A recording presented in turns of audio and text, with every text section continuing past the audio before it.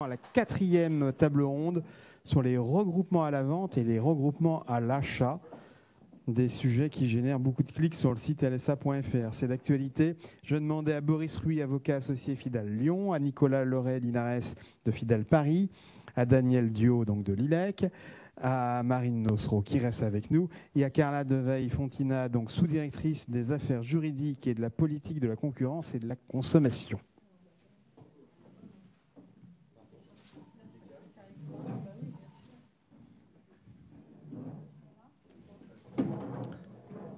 Oui, j'avoue, je n'ai pas fait de plan de table. Alors, comme chaque année, les alliances à l'achat sur le territoire national se font et se défont, comme le disait un écrivain, l'amour dure 3 ans. À l'inverse, les incitations au regroupement à la vente, exception faite des coopératives, ne rencontrent pas un réel succès. La négociation commerciale dépasse les frontières et s'opère notamment par l'intermédiaire de centrales européennes. Vous avez tous suivi l'actualité et je laisse la parole. C'est Boris qui commence ou c'est Nicolas? Oui, je prends le micro. C'est mieux avec un micro. Oui. Oui. Quelques rappels sur les alliances locales, et puis Boris dira peut-être quelques mots sur les centrales, et notamment sur comment elles sont contrôlées, parce que c'est vrai qu'elles arrivent de manière annuelle, avec des compositions variées. Il y a des mariages, des remariages, des divorces. Elles sont contrôlées sur le terrain des pratiques anticoncurrentielles. Généralement, le contrôle se fait de manière relativement, je ne vais pas dire aisée, mais rapide, pour plusieurs raisons, notamment parce qu'elles sont quelquefois favorables à l'emploi, notamment parce qu'elles sont surtout favorables aux consommateurs dans l'esprit des autorités de la concurrence, et puis parce qu'elles concernent le marché aval, où les parts de marché n'ont pas le même niveau et le même niveau d'appréciation qu'en ce qui concerne le marché amont des fournisseurs. Elle s'accompagne généralement de quelques restrictions, qui sont des restrictions en termes de mode de négociation, que ce soit en termes de chiffre d'affaires ou que ce soit en méthode de négociation, notamment s'agissant de la négociation à l'achat ou bien de négociation de dérives communes. Et vous remarquerez qu'on parle souvent de dérives communes, alors que ce qui induit qu'il y a nécessairement une dérive, alors que théoriquement, c'est une négociation commune. Sur le terrain des PRC, ce qu'on note jusqu'ici, c'est qu'il y a quelques infractions qui sont notées dans le cadre des centrales, des alliances, mais qui sont souvent, qui ne sont pas forcément liées à la spécificité des alliances, au fait que ce soit des alliances, mais par exemple sur le déséquilibre ou bien la date butoir. Et là-dessus, Madame Deveil, votre point de vue sur la politique de contrôle de la DGCCRF en matière spécifiquement des alliances nous intéresse. Donc on a ces mariages, ces remariages et ces divorces qui arrivent, qui peuvent peut-être aussi, c'est une question, aboutir à une certaine uniformisation des conditions, à force que tout le monde se voit, se marie, se divorce, et surtout avec la réduction du nombre d'enseignes. Donc on peut se poser aussi la question d'un risque d'uniformisation des conditions actuelles ou à terme. En tout cas, ça entraîne une tension supplémentaire, car les modes de négociation sont différents d'une alliance à l'autre. Et même au sein d'une même alliance, le cas récent de Aura démontre qu'il y a plusieurs étages à la fusée en matière de négociation. Tout ça crée une complexité supplémentaire pour les fournisseurs. Et je crois que c'est tout pour le propos introductif. Boris, tu veux rajouter quelque chose ? Quelques mots rapides sur l'aspect juridique et les contrôles. Je ne peux pas faire mieux qu'en reprenant ce qu'a dit en début de matinée Daniel Dio, c'est-à-dire qu'on a des contrôles, et ce n'est pas propre aux centrales ou aux eurocentrales, on a des contrôles qui finalement sont confinés à leur aspect purement formel. Puisque de manière générale, la règle de droit a un petit peu de mal à prendre sa place sur les aspects de fond et à délimiter entre ce qui relève du droit ou ce qui relève du commerce, tant et si bien qu'on a tendance à basculer sur du contrôle formel. On l'a vu pour Eurelec. Pour Eurelec, on n'est pas du tout parti sur du déséquilibre significatif ou de la corbeille de la mariée ou que sais-je. On est parti sur du non-respect de la date butoir du 1er mars, ce qui peut paraître un peu incongru quand on est dans une alliance entre un Français et un Allemand et qui a son siège en Belgique. Donc voilà ce qu'on peut dire. L'une des questions qu'on se pose également, et je m'en tiendrai à ça dans l'immédiat, c'est mais est-ce que le droit français s'applique ou s'applique pas? C'est une question qu'on m'a posée X fois sur BFM, sur France 2, à peu près partout, même parfois sur LSA. Disons que bon, c'est la question à 1 million d'euros. La loi française s'applique à tout ce qui se passe en France. Bon. Alors après, et l'administration sera évidemment invitée à réagir, j'ai l'impression que la difficulté qu'on a, elle est la suivante, en tout cas je la résume de la façon suivante, c'est que on détermine l'application de la loi française pour tout ce qu'on a évoqué jusqu'à maintenant, l'application des Galim, de la marche en avant du prix, du mécanisme de ruissellement, des clauses de révision automatique. On applique cela en fonction du lieu de livraison du produit. Alors, ce qui est compréhensible, puisque on imaginerait mal des règles différentes s'appliquer à des industriels qui livrent tous en France, mais qui s'approvisionneraient, notamment au plan des matières premières agricoles, dans des lieux différents. Donc, on a fait comme ça, c'est à mon avis par commodité. La difficulté étant que, en effet, on peine encore un peu à imaginer ce que viendrait faire cette législation pour la multinationale qui, certes, va vendre en France notamment, mais qui vend aussi ailleurs et qui, elle, s'approvisionne en matières premières agricoles à l'étranger, étant donné que l'objectif premier des Galim, c'était la protection de l'agriculteur français. Donc voilà un peu ces paradoxes dans lesquels on a tendance à subsister, étant donné que il ne faut pas non plus trop vite oublier qu'on est dans un marché intérieur européen, ce qui fait que moi, je n'ai jamais par principe considéré ces centrales, en tout cas en ce qui concerne les eurocentrales, comme des anormalités en tant que telles. Alors, Madame Carla Deveille, merci d'être avec nous ce matin. Je vais commencer avec vous. L'actualité sur les centrales d'achat, les centrales de services en France, en Europe, n'a pas manqué. Quel est le regard de la DGCCRF et notamment donc de la direction des affaires juridiques sur cette actualité qui ne cesse d'évoluer? Bonjour à tous. On m'entend, donc je pense que c'est bon. Merci beaucoup. Merci pour cette question. S'agissant de l'actualité, en fait, la Direction générale de la concurrence, de la consommation et de la répression des fraudes mène une action résolue contre le non-respect du droit français. En réalité, vous l'avez rappelé, le droit français s'applique aussi aux centrales internationales à partir du moment où les produits sont commercialisés sur le territoire français. C'est une disposition qui résulte de la loi Descrozaille. C'est le premier article de la loi Descrozaille, d'ailleurs, qui le prévoit. Et donc, nous n'avons aucune difficulté et nous sommes obligés, puisque la loi impose que cela se passe ainsi, de contrôler en fait le respect des dates butoirs, le respect aussi du déséquilibre significatif, puisque nous l'avons déjà fait par le passé pour des centrales internationales, donc ce n'est pas quelque chose que nous ne faisons pas. Et donc nous faisons effectivement plusieurs types de contrôles, et notamment ce contrôle-là. Vous disiez que ce n'est pas vous disiez que c'était... Vous avez employé un mot, c'était J'arrive pas à me relire, pardon. Ah oui, ce n'est pas la normalité, en fait. C'est ça. Vous disiez une anormalité, donc comme je le disais, effectivement, pour nous, ce n'est pas du tout anormal que cela soit ainsi, parce que c'est la loi qui le dit. C'est la loi, c'est l'article 1er de la loi Descrozaille, qui prévoit effectivement que ces dispositions sont d'ordre public. Et donc, nous considérons que l'ordre public français, nous devons le faire respecter. Et nous devons faire en sorte que l'ordre public économique soit respecté sur le territoire français. C'est la raison pour laquelle nous contrôlons aussi bien pour les entreprises, les fournisseurs qui sont sur le territoire français, mais aussi pour les centrales, et qu'elles soient internationales ou pas, nous contrôlons aussi le respect, par exemple, de la date butoir. Et là, c'était le cas sur la loi de 2023, puisque vous disiez qu'il n'y a pas de nouvelle législation en 2024. En réalité, il y a bien une nouvelle législation, puisqu'il y avait une législation qui s'appliquait à partir de 2024 sur la date butoir 2024. Donc, on a quand même un petit bout de loi qui s'applique en 2024 hein, pour revenir sur ce qui a été dit, simplement, effectivement, nous continuons à penser que le droit français doit s'appliquer et c'est notre rôle à nous de le mettre en œuvre.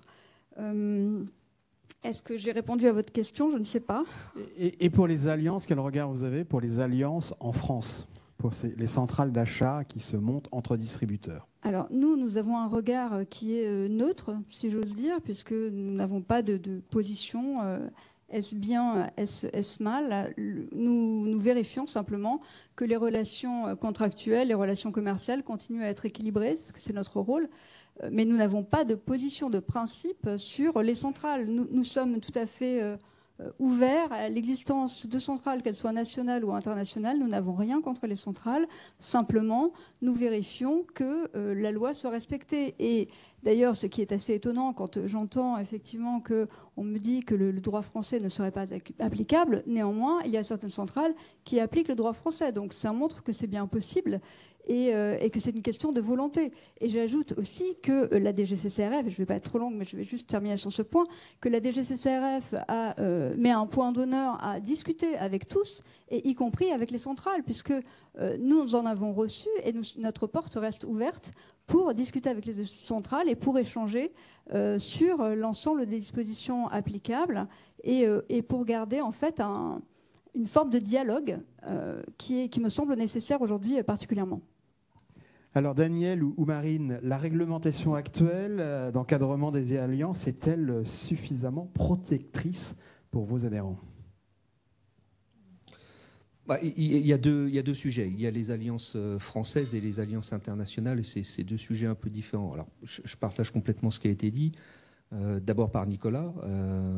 En fait, le problème principal des alliances françaises, c'est cet échange d'informations au gré du temps, parce que à force de s'allier avec les uns, avec les autres, et puis de se divorcer et de se remettre ensemble l'année d'après, forcément, il y a des informations qui circulent, et c'est une évidence.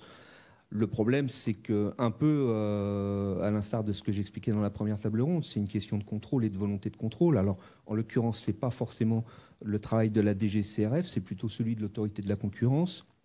Et de notre point de vue, il y a une forme je vais employer un terme fort, mais de complicité passive de l'autorité de la concurrence sur ces alliances à l'achat en France. Je prends un exemple assez récent. Vous avez une alliance qui s'est constituée très récemment avec Intermarché, Auchan et Casino. Personne, en tant qu'industriel, n'a reçu une demande de questionnaire sur une éventuelle étude d'impact que pouvait entraîner cette restructuration majeure du marché, en réalité.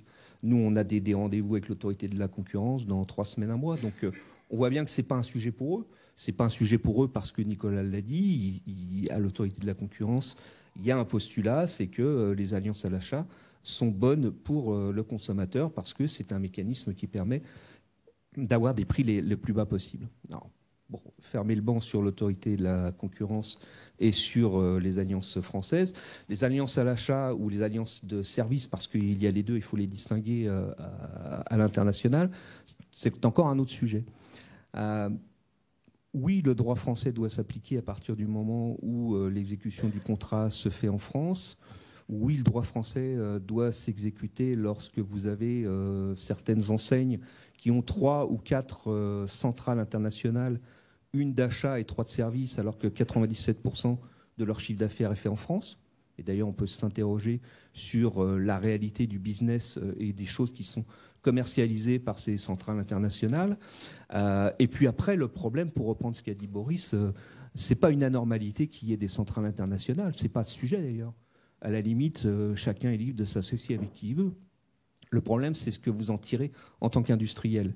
Et je vais être un peu provocateur, mais en fait, les centrales d'achat internationales, elles devraient plus être destinées aux entreprises de mon ami Léonard qu'aux entreprises de l'ILEC. Pourquoi ? Parce que en fait, la synergie pour un industriel, elle est nulle. Enfin, elle est nulle. En fait, il y a juste un effet négatif, qui est qu'on va tirer le prix vers le bas en massifiant les achats. Mais quand vous vous appelez PepsiCo, vous avez déjà un contrat avec le GALEC, vous avez déjà un contrat avec Révé, vous n'avez pas de valeur ajoutée à avoir un contrat avec Eurelec, si ce n'est qu'on va vous demander plus de dérives, comme l'a dit Nicolas. Donc en réalité, ces centrales-là devraient être un facteur de développement pour les ETI, pour les grosses PME qui n'ont pas accès à des marchés internationaux, et c'est à ça que ça devrait servir. Donc on n'est pas contre en soi les centrales internationales, au contraire, ça doit être un élément peut-être multiplicateur pour un certain nombre de structures. Mais là, je rejoins aussi une discussion qu'on a souvent avec l'AFEF. La dissociation, là, pour le coup, elle existe, parce que les entreprises qui sont concernées par les centrales internationales, ce sont les grandes entreprises, d'ailleurs, ce sont les filiales françaises de grandes entreprises, généralement.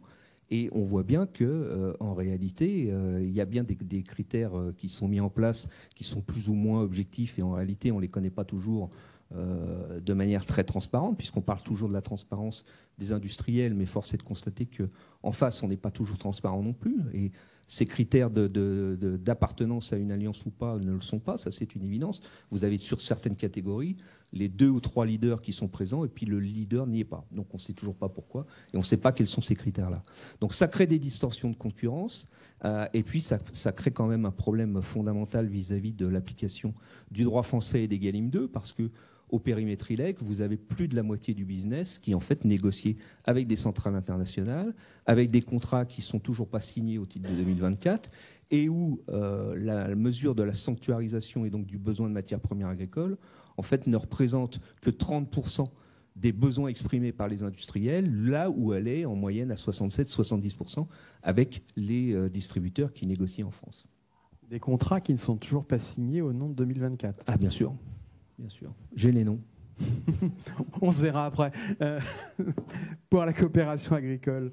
Alors, moi, j'ai une légitimité assez indirecte à en parler. D'abord, parce que alors, en tout cas, sur les centrales internationales, puisque en gros, les coopératives sont assez peu, ont été jusqu'à présent. Il va y avoir des évolutions d'ailleurs, mais bon, assez peu concernées. Mais juste dire que de façon complètement générale, je vais enfoncer une porte ouverte, mais pas longtemps. Mais l'alliance à l'achat, elle va modifier le rapport de force. Et plutôt que de parler de l'alliance à l'achat, moi, je voudrais parler des forces en face. En face, c'est à peu près 400 000 exploitations agricoles. On ne peut pas parler vraiment de regroupement à la vente. Et évidemment, il y a pas mal de choses qui sont faites pour favoriser la structuration, le regroupement de l'offre agricole. Hein. Donc on compte à ce jour, si on va sur le site du ministère, 614 OP, hein, organisations de producteurs, qui sont effectivement des regroupements des producteurs pour peser un peu plus dans la négociation. Donc vous voyez que 614 OP par rapport au nombre de centrales, ça donne une petite idée. Et on est très loin d'avoir une part majoritaire de la production regroupée dans ces OP. Pour finir, il y a 2100 coopératives qui sont également des regroupements de producteurs. Un certain nombre sont reconnus OP d'ailleurs. Donc en gros, si on compte qu'il y a 2400 regroupements de producteurs, ça fait à peu près le compte. Parce qu'en gros, il y a la moitié des OP qui sont sous forme de COP. Je vous la fais à la grosse louche, d'accord ? Donc voilà, donc, on parle de concentration, on parle de rapport de force. Moi, je voudrais juste qu'on mette en face des distributeurs, les offreurs, en tout cas, de produits agricoles et alimentaires, enfin agroalimentaires. Et évidemment, on voit bien que le déséquilibre, il n'est pas en faveur de la production. Alors, une question pour Boris ou pour Nicolas. Finalement, dans le cadre d'une alliance à l'achat, quels sont les réflexes à adopter pour les parties à la négociation? Quels conseils vous donnez? Lequel veut bien répondre? Je vais m'y lancer. Je pense qu'Yves Puget fait très bien d'employer le terme réflexe, hein, qui souligne la notion d'habitude, puisqu'en effet, les centrales d'achat, on a un tout petit peu l'habitude, depuis 2014, hein, si ma mémoire est bonne, le grand mouvement de massification à l'achat, alors je ne parle pas des eurocentrales, hein, mais des super centrales nationales, c'était il y a 10 ans précisément, avec de mémoire un cas, vous me corrigez si je me trompe, et je crois que c'était Systema. Je vais faire l'ancien, il y avait Lucie avant. Mais ça, j'étais incroyablement jeune à l'époque. Oui, désolé de faire le vieux de l'affaire, mais ouais. Lucie, donc Leclerc et Systému, là on est dans les années 90. Ouais. Donc en effet, c'est pas un phénomène nouveau. D'ailleurs, la question qu'on pourrait se poser, hein, qui appellerait des réponses un peu plus au cas par cas, est-ce que le cas Dora, dont on parle beaucoup depuis quelques mois, est aussi insolite que cela quand on a connu, par exemple, Envergure, en termes de part de marché. Envergure, je crois qu'il y a un avis de l'autorité de la concurrence avait dit que c'était en moyenne pondérée 33% de part de marché. Et Horace, c'est à peu près pareil, même si pour certains fournisseurs, on nous dira qu'il y a un degré d'exposition du chiffre d'affaires qui est à plus. J'ai déjà entendu il y aura toujours des exceptions, effectivement, du 40, du 45%. Donc tout ça est finalement une habitude, on a certains réflexes. Le premier réflexe, qui a parfois ses allures de branle-bas de combat quand il y a l'annonce de la constitution d'une centrale, c'est de faire un diagnostic en termes d'écart de prix. Alors, c'était très vrai il y a 10 ans, ça l'est un peu moins maintenant, puisqu'il y a différents facteurs qui ont fait tendre les écarts de prix, non pas à néant, mais un peu à la baisse, et notamment du fait des unions, des désunions de part et d'autre, et qui font que pendant ces 10 années, beaucoup d'industriels, moi, me disaient, je ne peux pas prendre la responsabilité de risquer un écart de prix entre telle et telle enseigne qui, dans 1 an ou dans 2 ans, vont peut-être se marier. Mais bon, ça fait quand même partie des réflexes. C'est encore un peu d'actualité, à en croire les déclarations d'un grand patron d'enseigne lors de la journée du 1er octobre, qui avait parlé d'écart de prix, je crois, à 20%. D'ailleurs, j'étais assez curieux d'entendre ça. On disait, tiens, il paraît qu'on ne peut pas échanger sur ces conditions de prix. Il y avait 1000 témoins dans la salle et on nous parle d'un écart de prix de l'ordre de 20%. Tiens, où est-ce qu'il a eu l'information ? Donc, c'est une inquiétude légitime si on prend la chose du côté des industriels. Après, alors, il n'y a pas forcément de réflexe ou de démarche spécifique à avoir. On va, dans le cadre de ces alliances entre enseignes, on va négocier de manière commune un triple net, et après, chacune des enseignes fera son habillage de manière spécifique. Et ça résulte notamment, mais pas seulement, des règles de concurrence, puisque les enseignes ne peuvent pas définir, évidemment, des plans d'affaires de manière commune. Les autorités de concurrence y verraient un alignement des politiques commerciales. Là où il peut y avoir un problème et un réflexe à avoir, c'est finalement, est-ce que j'ai les mêmes armes pour habiller mon plan d'affaires quand on sait que le triple net aura d'abord été, ou la dérive de triple net aura d'abord été négociée de manière commune auparavant. Auquel cas, on n'est pas dans la même position de force. Une fois qu'il s'agit, en bout de course, d'habiller le plan d'affaires, on n'est pas dans le même rapport de force pour le faire. Excuse-moi. Oui, on a même l'exemple avec Aura sur la séparation des négociations et notamment sur la proximité qui se fera par l'intermédiaire d'Intermarché et sur la négociation d'un prix d'achat avant toute discussion sur des contreparties. Donc, et sur cet élément-là, c'est intéressant aussi d'avoir votre position sur le fait que de plus en plus, on négocie un prix et puis après, le fournisseur pourra aller négocier les contreparties.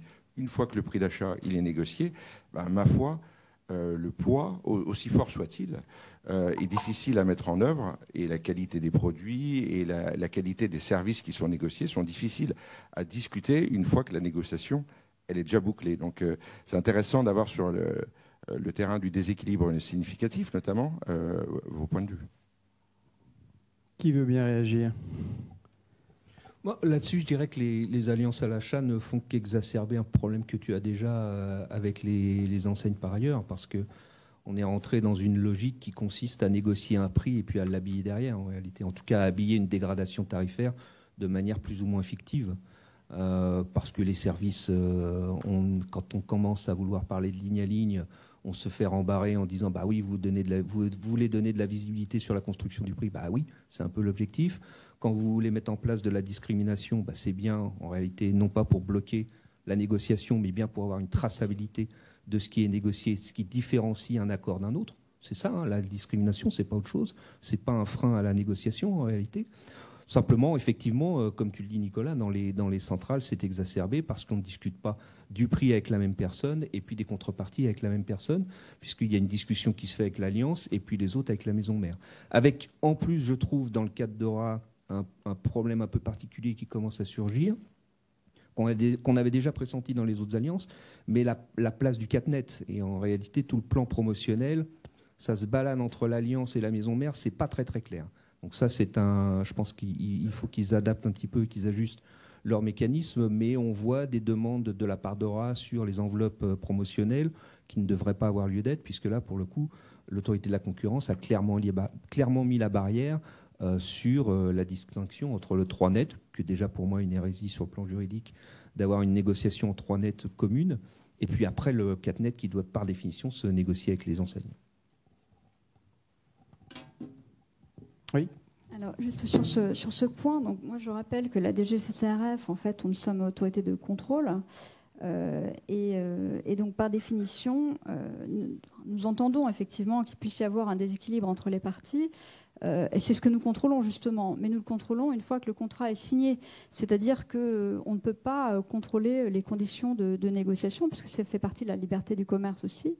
Et de deux choses l'une, en fait. Soit on veut que tout soit réglementé et que la DGCCRF intervienne à tous les niveaux, ou alors on laisse un minimum de liberté contractuelle et commerciale, et nous intervenons a posteriori pour vérifier que les règles ont été respectées. Et à ce jour, c'est bien les dispositions qui régissent notre code qui prévoient qu'effectivement nous intervenons lorsque le contrat est signé et nous vérifions si effectivement les conditions ne sont pas déséquilibrées.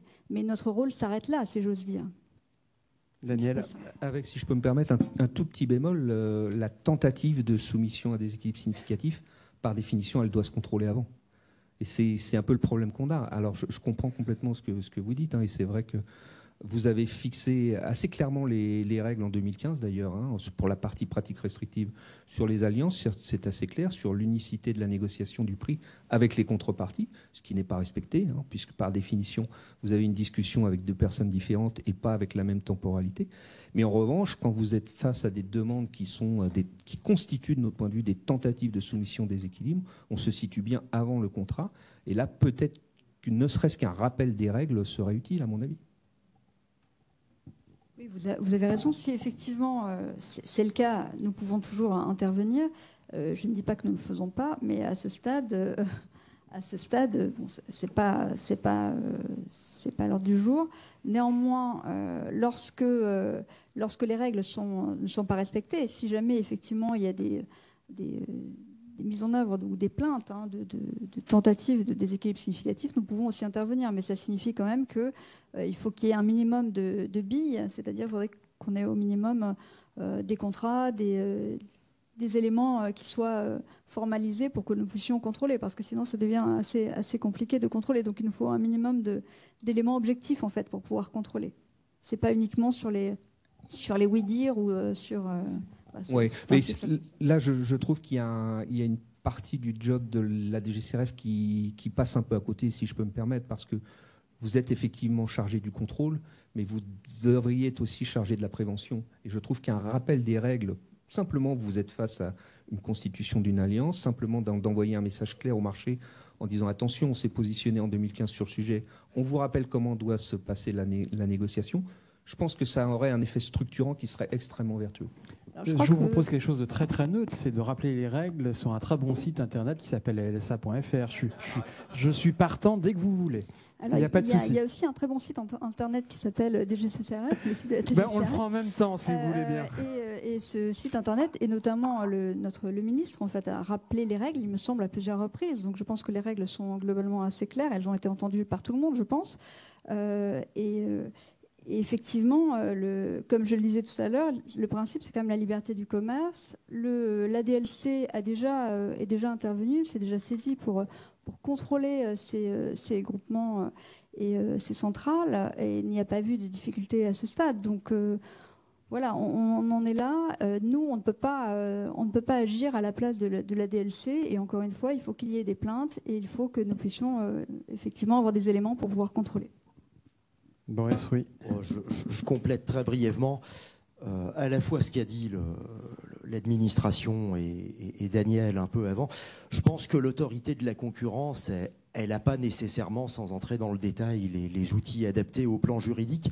Elle s'y est essayée, ça il faut le savoir, elle s'y est essayée. Moi j'avais eu une affaire il y a quelques années, donc je peux en parler sans citer de nom. c'était une enquête de l'autorité de la concurrence sur un de nos nombreux territoires ultramarins. Vous savez, où les parts de marché peuvent parfois s'envoler. Donc là, je crois que l'Alliance à l'achat devait présenter entre 60 et 70% de parts de marché en local. Donc, ce qui veut dire, traduit en termes juridiques, une position dominante. Donc, alors, on était allé sur de la position dominante collective. Et on avait vu assez vite, dans cet exemple-là, qui est peut-être pas le seul, on avait vu assez vite que l'outil n'était pas très adapté et que la manière dont l'ordonnance qui avait autorisé les perquisitions au départ avait un peu du mal à raccrocher ses concepts aux problématiques de massification aux achats. Alors, moi, je crois un peu plus au PRC, aux pratiques restrictives de concurrence, et alors ça tombe bien parce que c'est là on est pile dans le champ de compétences de la DGCCRF ici présente. On sait depuis 2015-2016, c'était l'affaire Galec, que si la notion de déséquilibre ne s'intéresse pas directement à la notion du prix, il n'est pas question d'introduire un contrôle du prix, il y a néanmoins un contrôle de la contrepartie qui avait été exprimé de manière extrêmement claire en 2016 dans une affaire Galec, je crois en 2017 dans une affaire Système U, dans le cadre d'une alliance à l'achat, de type Aura ou autre.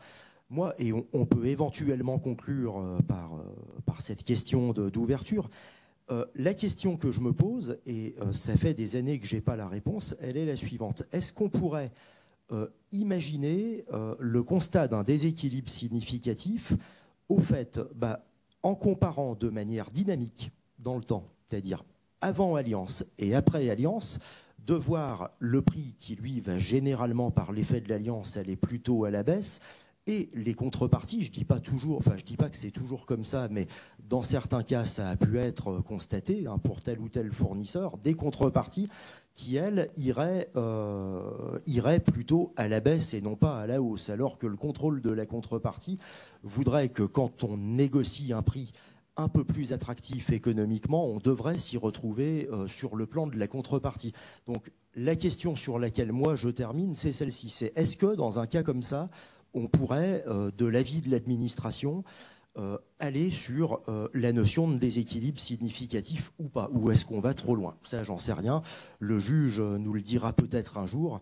Mais en tout cas, voilà la question sur laquelle moi je souhaitais terminer. Merci Boris. Oui, je vois que vous avez envie de parler. Non, juste pour répondre, en fait, nous vérifions l'existence de la contrepartie et qu'elle ne soit pas déséquilibrée, en fait, c'est ce que nous vérifions. Donc ça, c'est le rôle de la DGCCRF, de s'assurer que les relations ne soient pas déséquilibrées entre les parties et que justement les contreparties soient équilibrées dans le contrat. Donc ça, effectivement, c'est notre rôle et nous le recherchons.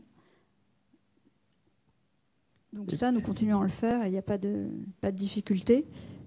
Je pense que ça fait partie effectivement de notre mission. J'aurais une dernière question, mais là, les deux avocats qui sont en face de moi ont le droit à un joker, parce que ce n'est pas du tout prévu.